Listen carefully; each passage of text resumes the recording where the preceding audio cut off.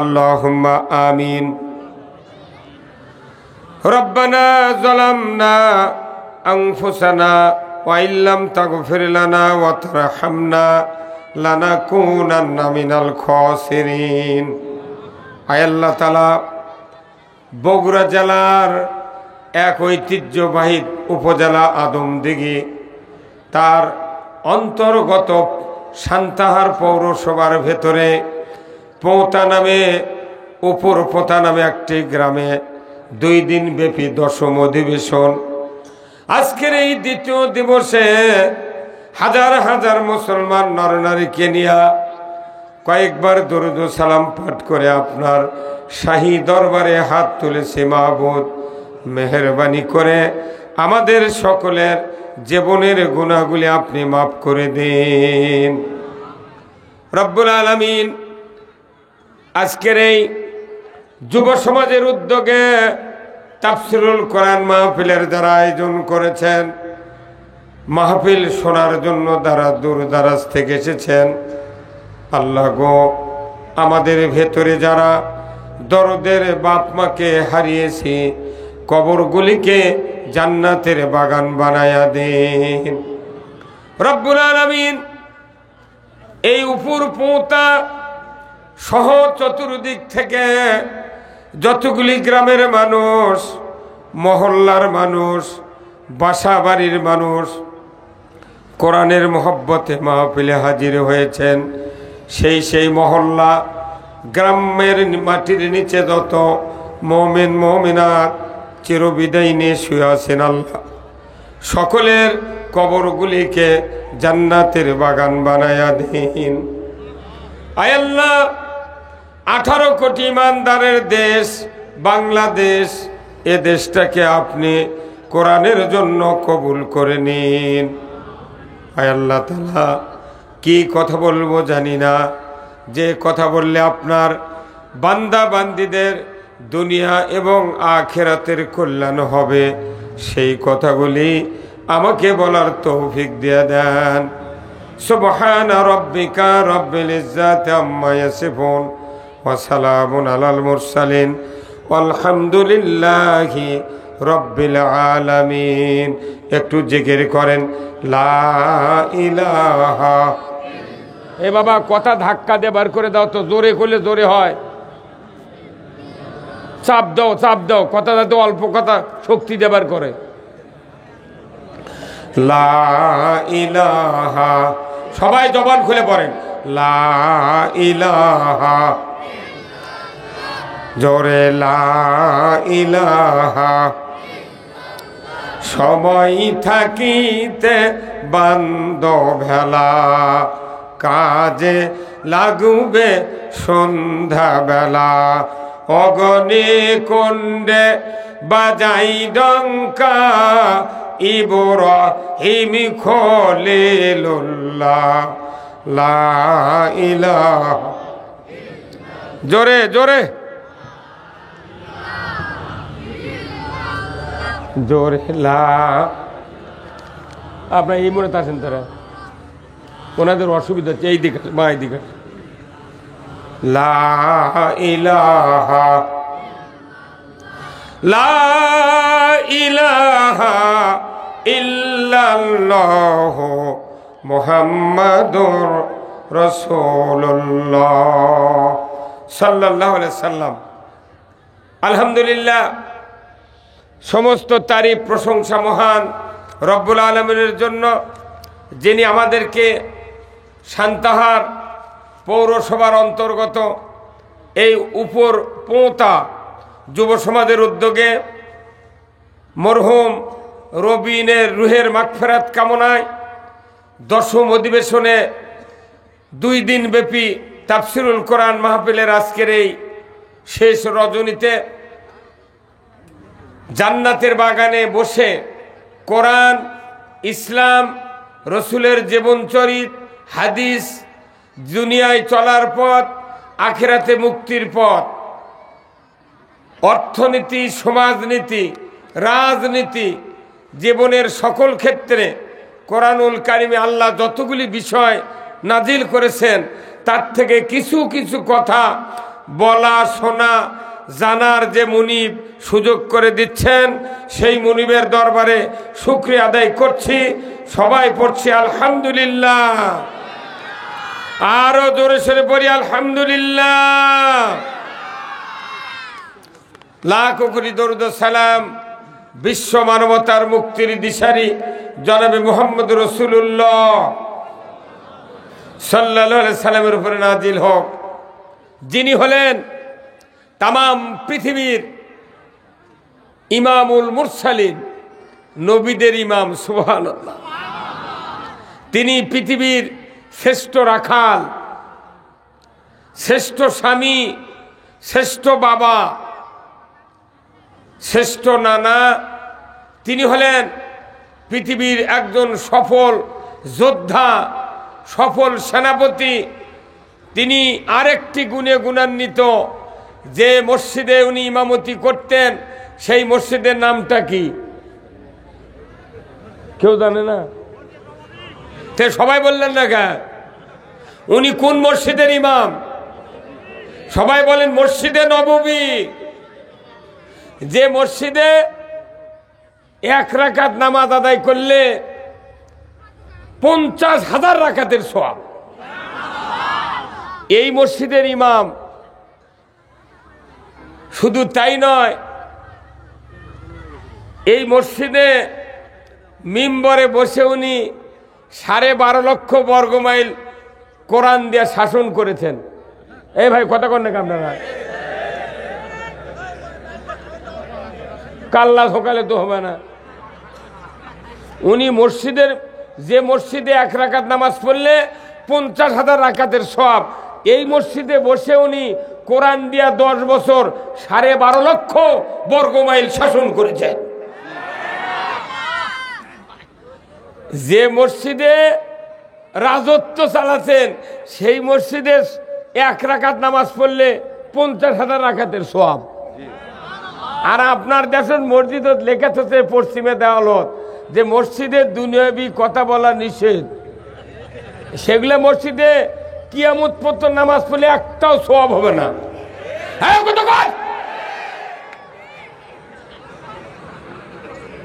কোন সাহস তোমার? কিসের সাহস?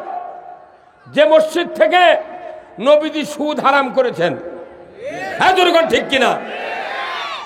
যে মসজিদ থেকে চুরি বন্ধ করেছেন, জেনার সঙ্গে সেরা আইন কায়েম করেছেন, যে মসজিদ থেকে ঘুষ বন্ধ করেছেন, লটারি বন্ধ করেছেন, যে মসজিদ থেকে হুন্ডা চুরি, গরু চুরি, জুতা চুরি বন্ধ করেছেন,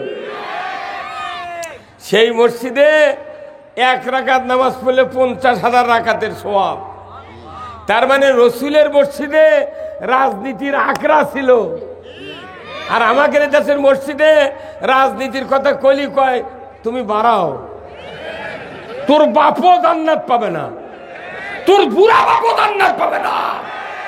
মসজিদে যারা রাজনীতির কথা বলতে দেয় না, এরা মুনাফিক, এরা পাক্কা মুনাফিক, এরা ইসলামের দুশমন, নবীর দুশমন, কোরআনের দুশমন।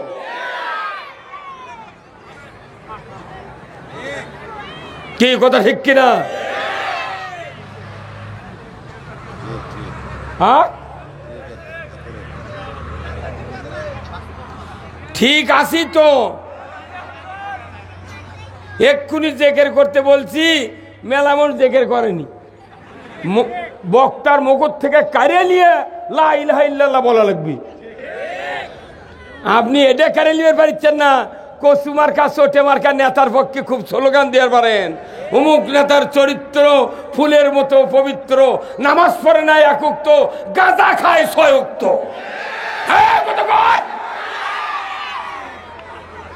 কিসের নেতা তুমি? তোমার নামাজ নাই, তাকওয়া নাই, আল্লাহর আইন মানার ইচ্ছা নাই, তুমি নেতা হতে পারো না।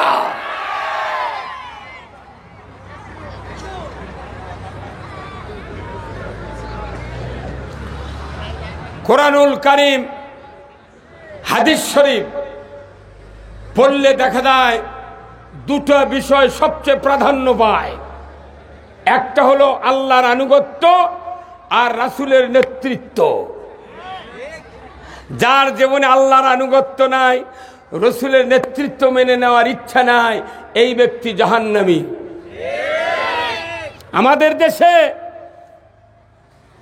দীর্ঘদিন স্বাধীন হচ্ছে, কত মানুষ ক্ষমতায় গেল। 17 জন প্রধানমন্ত্রী গেছে, 17 বার আইন সংস্করণ হচ্ছে। এইবার ডক্টর ইউনূস 18 দেওয়া হচ্ছে। কতক্ষণ? এই সরকারগুলো কি হিন্দু আছিল? লঘুনালা? এরা কি কপালত মাটির ল্যাপ দিচ্ছিল?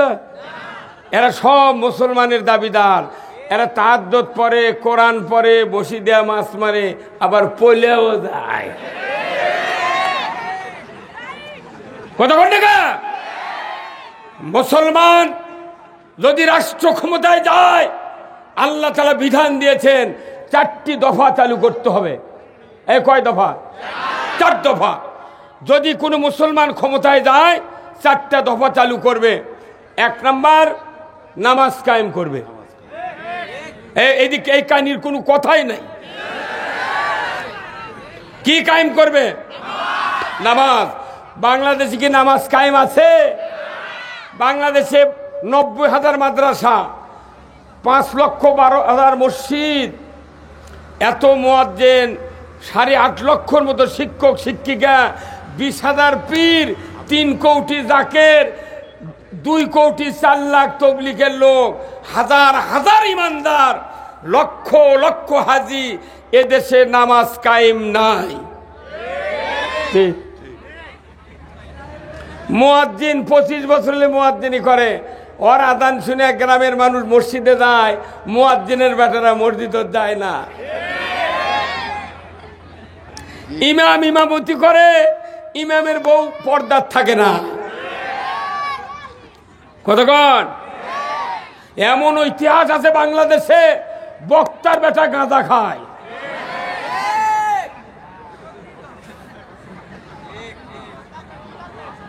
আমি আপনাদেরকে যে ঔষধ দেব, অ্যান্টিবায়োটিক, কোনো ভিটামিন দেব না, কোনো সিভিট চলবে না। ব্যারাম যা, চিকিৎসা তাই। শুনতে রাজি আছেন? তাহলে রসুলের নেতৃত্ব, আল্লাহর আনুগত্য কারা কারা করবেন? দুহাত তুলে আল্লাহকে দেখান। লিল্লাহে তাকবীর, নারাই তাকবীর, নারাই তাকবীর। আল কোরআনের আলো, সংসদে জালো। এই এখন আওয়াজ কমে গেছে। খবরদার, এই কোরআন দিয়ে আল্লাহ রসুল 10 বছর পৃথিবী শাসন করেছেন, 12.5 লক্ষ বর্গমাইল।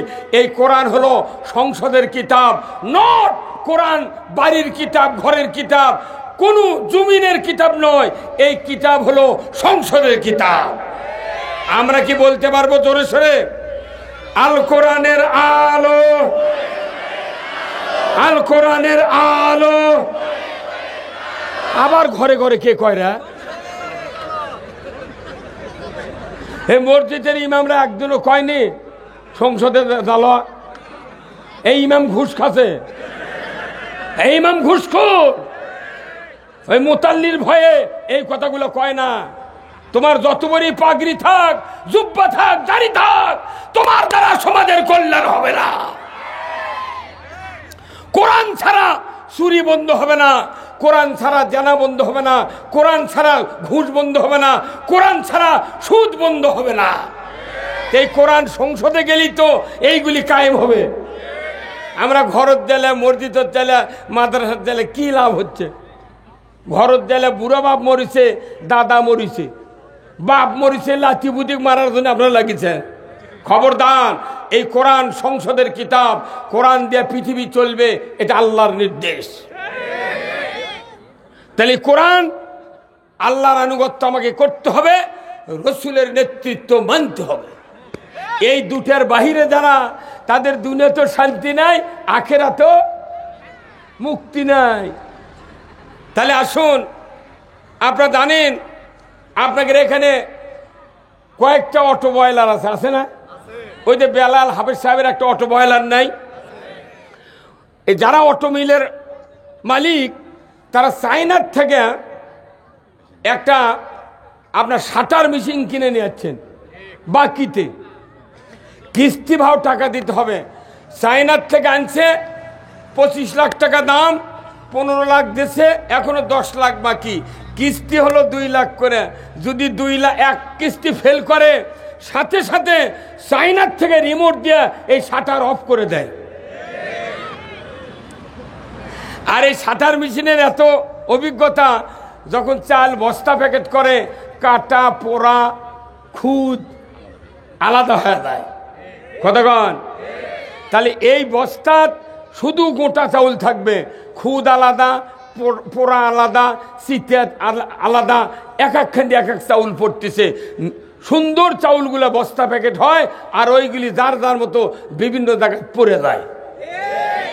শাটার মেশিন যদি মানুষের খেদমত করার জন্যে চায়নার থেকে কিনে এসে আপনি ব্যবসা করে পারেন, আর আপনার কাছে সবচেয়ে বড় শাটার মেশিন আছে, কথা কন না, সবচেয়ে শাটার মেশিন হলো কোরআন।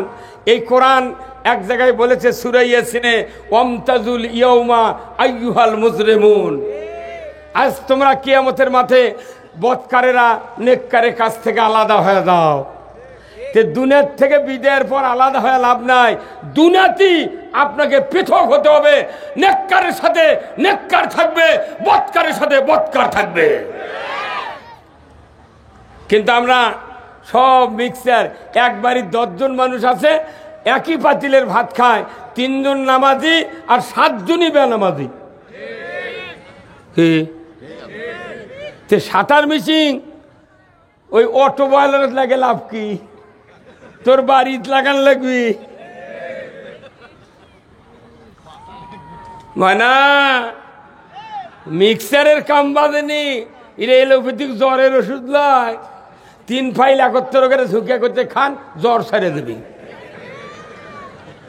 আমি আপনাদেরকে কিছু কথা বলবো।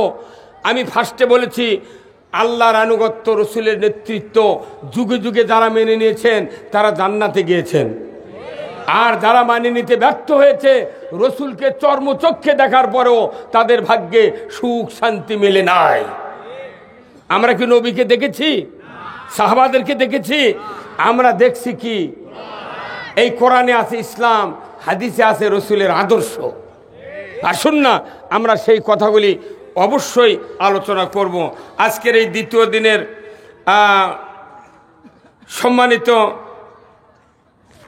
সভাপতি সাহেব, দ্বিতীয় দিনের সভাপতি কোথায় আছে লেখা?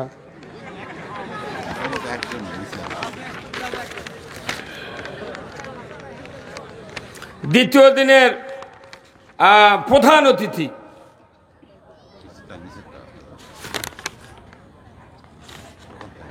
কো?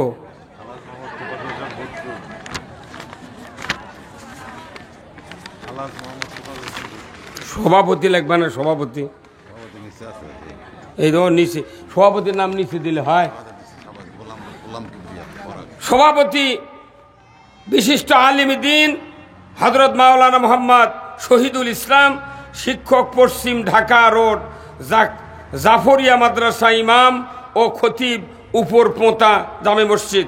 আল্লাহ হুজুরকে দ্বীনের জন্য কবুল করুক, বলুন আমিন। এরপরে আজকের মাহফিলের সম্মানিত প্রধান অতিথি আলহাজ মোহাম্মদ তোফাজ্জল হোসেন ভুট্টু ভাই, সাবেক মেয়র, সান্তাহার পৌরসভা ও সভাপতি সান্তাহার পৌর বিএনপি। আল্লাহ ভাইজানকে ইসলাম কোরআন বোঝার তৌফিক দান করুক, বলুন আমিন। আজকের মাহফিলের সম্মানিত মেহমানবৃন্দ, বিশিষ্ট ইসলামী চিন্তাবিদ, গবেষক ও মুফাসসিরে কোরআন হযরত মাওলানা মুফতি আল আমিন সাহেব, প্রতিষ্ঠা পরিচালক উম্মুল মুমিনিন হযরত আয়েশা রাদিয়াল্লাহু তাআলা আনহা মহিলা মাদ্রাসা জয়পুরহাট। আল্লাহ ভাইজানকে ইসলাম বিজয়ের পক্ষে কথা বলার তৌফিক দান করুক, বলুন আমিন। বিশেষ অতিথিবৃন্দ জনাব এস.এম.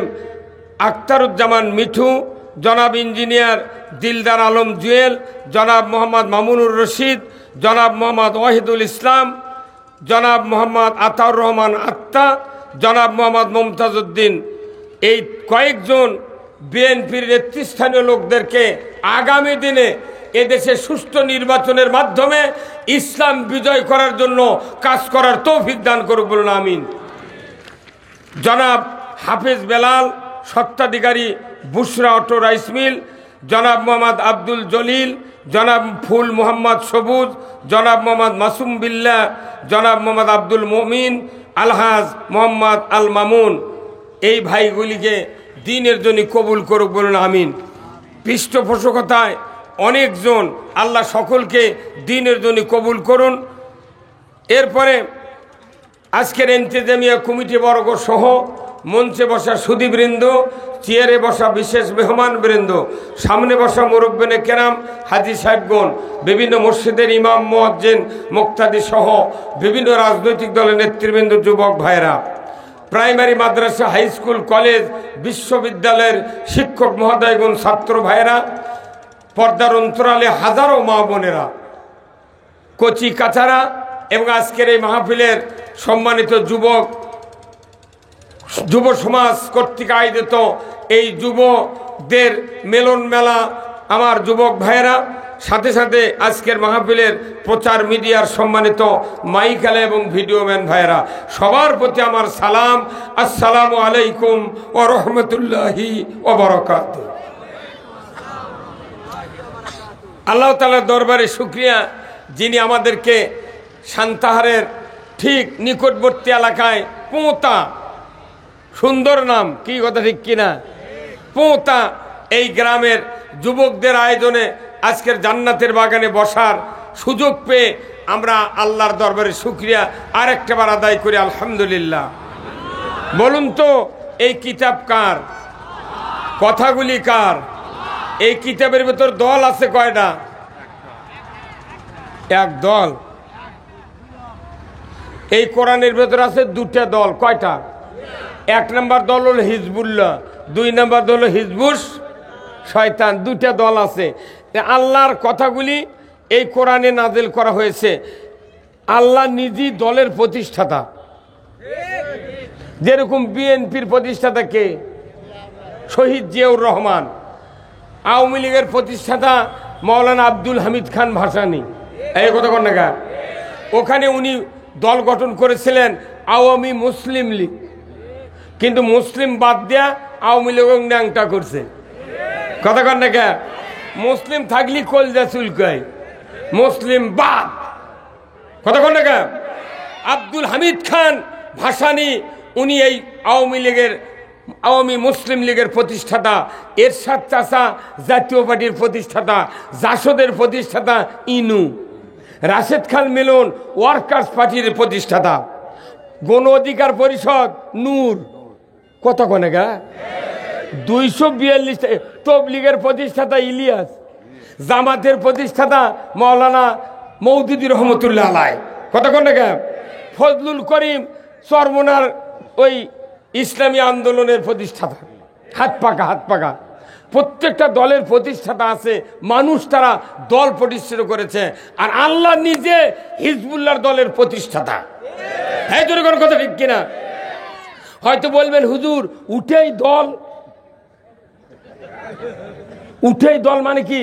দল ছাড়া পৃথিবীর থেকে কেউ যদি বিদায় হয় সে জান্নাতে যেতে পারবে না। এই জন্যই দলের কথা বললাম। যদি এখানে একদিন কেউ তারাবির নামাজ, একদিন কেউ ঈদের নামাজ পড়ে থাকেন, ওই ব্যক্তি মারা গেলে তার কবরে পড়া হয় বিসমিল্লাহি ওয়া আলা মিল্লাতে। হে আল্লাহ, তোমার নাম নে মাইয়াতকে রসুলের দলে উঠায় দিলাম। তাহলে দল এত প্রয়োজন, মরার পরেও দলের ঢোকা লাগে। কথা কনে রে? তো মরার পরে যদি দলের ঢোকা লাগে, বাঁচা থাকতে তো দল করা লাগবে। বাঁচা থাকতে তুমি ইচ্ছা মতো দল করবে, আর আল্লাহ কবে আল্লাহ তুই গুনাহ মাফ কর, তুই আমাকে জান্নাত দে, তুই কুরবানি দেওয়ার শক্তি দে, অসুখ ভালো করে দে, টাকা দে, পয়সা দে, বেটা দে। তুই যার দল করছো ও কি কথা কনে না? তুই দল করবো মানুষের, আর আল্লাহর থেকে গুনাহ মাফ লবু, তুই তোর মাথা ঠিক আছে? কথা কনে গা? ইমান আনলি দল করতে হবে কার? হ্যাঁ, তোর কার? আল্লাহ ইমান আনলি দল করতে পারে। যারা ইমানদার তারা আল্লাহর দলের রিপ্রেজেন্টেটিভ। ইমান আছে, আপনি আল্লাহকে সাহায্য করতে হবে। আল্লাহ কোরআনে বলছেন অবশ্যই একটা দল সমাজে থাকবে, তাদের কাজ হবে ইয়াদউনা ইলাল খায়র, মানুষকে ভালোর দিকে হাত দিয়ে ডাকা। ইয়ামুরুনা বিল মারুফ ওয়া ইয়ানহাউনা আনিল মুনকার, তোমরা ন্যায়ের আদেশ করবে, অন্যায়ের বারণ করবে। ওয়া উলাইকা হুমুল মুফলিহুন, তোমরাই সফল কাম। জোরে কর আল্লাহু আকবার। ওয়ালতাকুম মিনকুম উম্মাতুন ইয়াদউনা ইলাল খায়র, অবশ্যই জাতির ভেতরে একটা দল থাকবে, সেই দল যারা করবে আমার আল্লাহ বলেছেন তাদের কাজ হবে মানুষকে আল্লাহর দিকে ডাকা। কার দিকে? তোমার ডাক যদি নেতার দিকে হয়, কপাল ফাটে ফেলে দিল, জান্নাতে যেতে পারবে না। ডাকতে হবে কার দিকে? আল্লাহ নিজে কোরআনে বলছেন ওমান আহসানু কাওলাম মিম্মান দা ইলাল্লাহ ওয়া আমিলা সলিহাও ওয়া ক্বালা ইন্নানি মিনাল মুসলিমিন। তার চেয়ে কার কথা আমি আল্লাহ আমার কাছে প্রিয় হবে না, যে ব্যক্তি আল্লাহর দিকে মানুষকে আহ্বান করে। ঈমান আনলি আপনার দায়িত্ব মানুষগুলিকে আল্লাহর দিকে ডাকা। এই আদর্শ কি আমরা মানতে পারি না? ইনশাল্লাহ সামিয়ানার নীতি কি এই হুজুর কথা কন না, এই সামিয়ানার নিচে যে ব্যক্তি আল্লাহর দিকে মানুষকে ডাকবে ওই ব্যক্তি আল্লাহর বান্দা। ভাইরা আমার, আল্লাহ রাব্বুল আলামিন কোরআনুল কারিমে বলছেন কুল হাবিতু মিনহা জামিআ ফাইম্মা ইয়াতিয়ান্নাকুম মিন্নি হুদান ফামান তাবিয়া হুদায়া ফালা খাউফুন আলাইহিম ওয়ালা হুম ইয়াহজানুন। আল্লাহর স্পষ্ট বক্তব্য, আদম বংশধর পৃথিবীর জমিনে নেমে যাও, মিন্নি হুদান আমার তরফ থেকে যে হাদায়াত বানি যাবে, ফামান তাবিয়া এটা যদি করতে পারো, ফালা খাউফুন তোমাদের জন্য কোনো ভয় নাই, ওয়ালা হুম ইয়াহজানুন তোমাদের জন্য কোনো দুশ্চিন্তা হবে না। জোরে কন্যা মারহাবা। কোরআন মানলে ভয় নাই, চিন্তা নাই। কার কথা বিশ্বাস হয়? মানি না কেন? কি মানি না কেন? মানা এই যে আপনাকে এইদিকে ইরি ধানের বেসন ফালাননি, মেলা মানুষ বেসন ভিজাছে, জাগো দেশে ট্যাঁক হয়নি, ওর স্ত্রী গালাছে, ওর সোলপোল মোট গালাছে, তো এর থেকে বেসন কিনে এলে তুমি কি করছো, ট্যাঁক হলো না কেন? যদি বেসনের ট্যাঁক না হয় এই বেসন কি ভালো বেসন? হ্যাঁ, বেসনের ট্যাগ না হলে যদি মন খারাপ হয়। আর আল্লাহ বলছেন কোরআনে তুমি কোরআন মানবে, তুমি কোরআন মানবে, তোমার ভয় নাই, চিন্তা নাই। কিন্তু আমরা যদি কোরআন না মানি তাহলে আল্লাহর কি মন খারাপ হয় না? হ্যাঁ, বেসন না ট্যাগ না উঠে যদি মন খারাপ হয়, আল্লাহর যে মন খারাপ হচ্ছে। আল্লাহ একদিন বক্তব্য দিয়ে দিয়েছে, 23 বছরে আল্লাহর বক্তব্য পৃথিবীতে আছে, কিয়ামত পর্যন্ত একটা কথা আর জমিনে আসবে না। কিয়ামত পর্যন্ত একদিন আর আল্লাহ কথা বলবেন না। এই আল্লাহর মানুষের আচরণ, কাজ কারবার দেখে এত রাগান্বিত হয়েছেন, কিয়ামতের দিন সব নাম ভুলে যায়, খালি একটা নামের উপর বিচার হবে, ওয়ালিল্লাহিল ওয়াহিদুল কাহার। কমতা রাগ হবি না, সেই রাগের চোটে মানুষের মগজ গলে নাক দিয়ে পারাবে। কতক্ষণ টাকা নবী রসুল নাফসি নাফসি বলবি, তাহলে লই মধ্যে সই মধ্যে চেয়ারম্যান মেম্বার বক্তা আর এই মেয়র আর প্রেসিডেন্ট গুদো। কতক্ষণ কার সামনে দাঁড়াইছি? ইয়াউমা লা ইয়ানফাউ মালু ওয়ালা বানুনা ইল্লা মান আতাল্লাহ বিকলবিন সালিম। আল্লাহু আকবার। কার এত সাহস আছে তুমি ধনের অহংকারী নিয়া তুমি হাসরের ময়দানে হাজির হবা? তুমি দাপট নিয়ে, শক্তি নিয়ে, এলেম নিয়ে, বংশমর্যাদা নিয়ে তুমি হাজির হবে। তোমার এইগুলি আমার দেখার টাইম নাই। কার অন্তরে নেকির কাজ নিয়ে, আমার আনুগত্য নিয়ে হাজির হয়েছ, এটাই আমার কাছে সবচেয়ে দামি। আজকে দেশে আলেম ওলামার দাম নাই। কথা কোন টাকা? কেন দাম নাই? দেশের রাষ্ট্রশক্তি যদি আলেম ওলামাকে দাম দিত, এই আলেম ওলামা হতো ডিসির উপর, এসপির উপর, ওসির উপর, টিওনোর উপর, এসিলেন্ডের উপর। কিন্তু আমাদের দেশে রাষ্ট্রশক্তি দাম দেয় কাক? ডিসি, এসপি, ওসি, টিওনো আর এসিলেন্ড আর মেয়র, এমপি, চেয়ারম্যান, এর করেও রাষ্ট্রশক্তি দাম দেয়। এই জন্য দুনিয়ার মোট মানুষ যা ওর কাছে ধর্ণা ধরে থাকে। এদেশে যদি রাষ্ট্রশক্তি আলেমদেরকে দাম দিত, উপর ডিসি ফোন করে বলতো, শান্তার আজকে মাহফিল পোতা, ওসি সাহেব দুপসেতে গাড়িলে বানান, টিওনোর অফিসে যান, টিওনো সাহেবের গাড়িলে বার করেন, বক্তা কোথাকার না নন্দীগ্রামের, ওনাকে নন্দীগ্রাম থেকে গাড়িতে করে নিয়ে আসেন, মঞ্চ তুলে দেন, পুলিশ বাইরে দাঁড়িয়ে থাকবেন, নিরাপত্তা দিবেন, টিওনো সাহেব সাইডে বসবে, আপনি বক্তৃতা শেষে ওনাকে গাড়িতে করে নিয়ে যান, নন্দীগ্রাম বক্তা বালুসে মাথা দিবে, তারপরে আপনি একটা থানা তার অফিসত ঘুমাবেন।